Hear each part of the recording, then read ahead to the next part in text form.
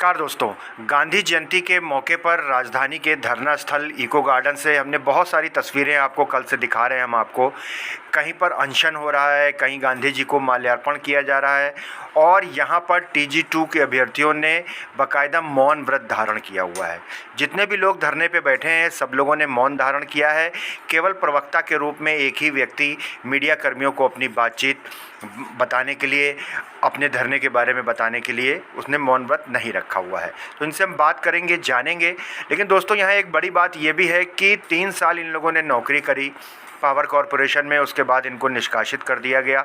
तो इस तरीके की समस्याएं क्यों आती हैं, इसको लेकर के भी हमने TG2 के अभ्यर्थियों से बहुत खास बातचीत करी। तो आइए देखते हैं गांधी जयंती की विशेष रिपोर्ट। भाई साहब, आज गांधी और शास्त्री जयंती का दिन है।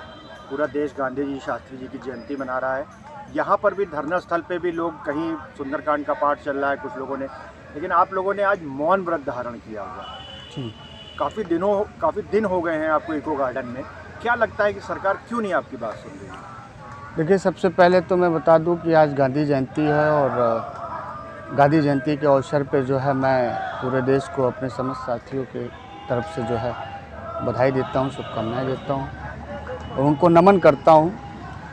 और आज जो 76वां दिन है हमारा इको गार्डन में धरने का, और 76वें दिन हम गांधी जी की जयंती के विशेष अवसर पर जो है हम लोगों ने मौन धारण किया है।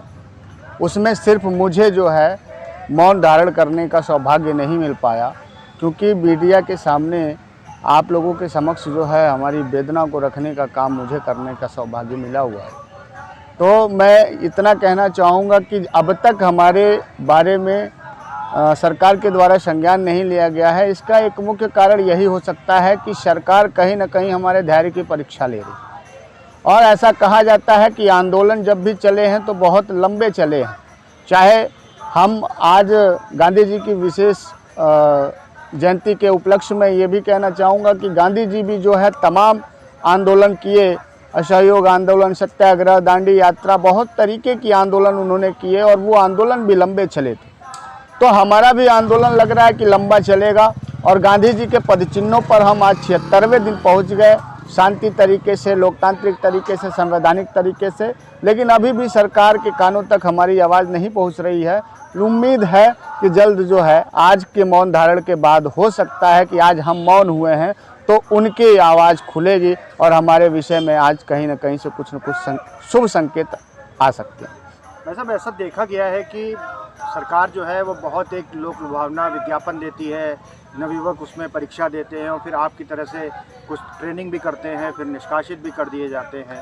तो क्या लगता है आपको कि जो अधिकारी और जो लोग इसमें सम्मिलित होते हैं उनके ऊपर कभी कोई कार्रवाई नहीं होती और उसका सारा दंश जो है वो अभ्यर्थियों को भुगतना पड़ता है? ये बिल्कुल सही कहा आपने कि आयोग बनाए गए सारी भर्ती प्रक्रिया को पूर्ण करने के लिए कि वो पारदर्शी तरीके से पूर्ण हो। पहले आयोग नहीं हुआ करते थे तो तमाम ऐसी गड़बड़ियां मिलती थी कि नेता लोग अपने कुछ लोगों को करवा दिए तो कहीं पैसे दे कर के लोग हो गए।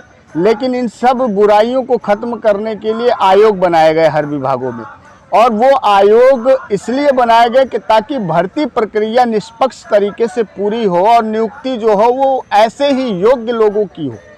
लेकिन आजकल के आयोग जो है उसमें मैं यही कहूँगा कि सिर्फ आयोग बना है लेकिन उसमें अधिकारी जो है वो अयोग्य बैठा दिए जाते हैं। वो कहीं न कहीं अपने निजी स्वार्थ के लिए विज्ञापन में जो उनको अस्पष्टता रखनी चाहिए वो अस्पष्टता नहीं रख पाते हैं, जिसके कारण से जो है अभ्यर्थी जब प्रतिभाग करते हैं और उनका सिलेक्शन नहीं हो पाता है तो वो कोर्ट का सहारा लेते हैं।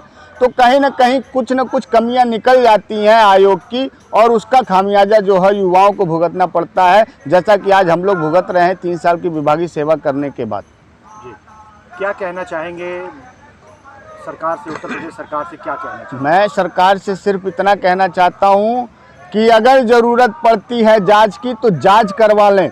हमारे प्रपत्रों की, हमारी भर्ती प्रक्रिया की, हमारे आवेदन फॉर्म की अगर हम कहीं गलत सूचना दिए हुए हैं किसी भी स्तर पर 3 साल की विभागीय सेवा के दौरान आवेदन से लेकर के और निष्कासन तक अगर कहीं पे भी हमारी गलती पाई जाती है तो बेशक हमारे साथ जो सलूक करना है किया जाए।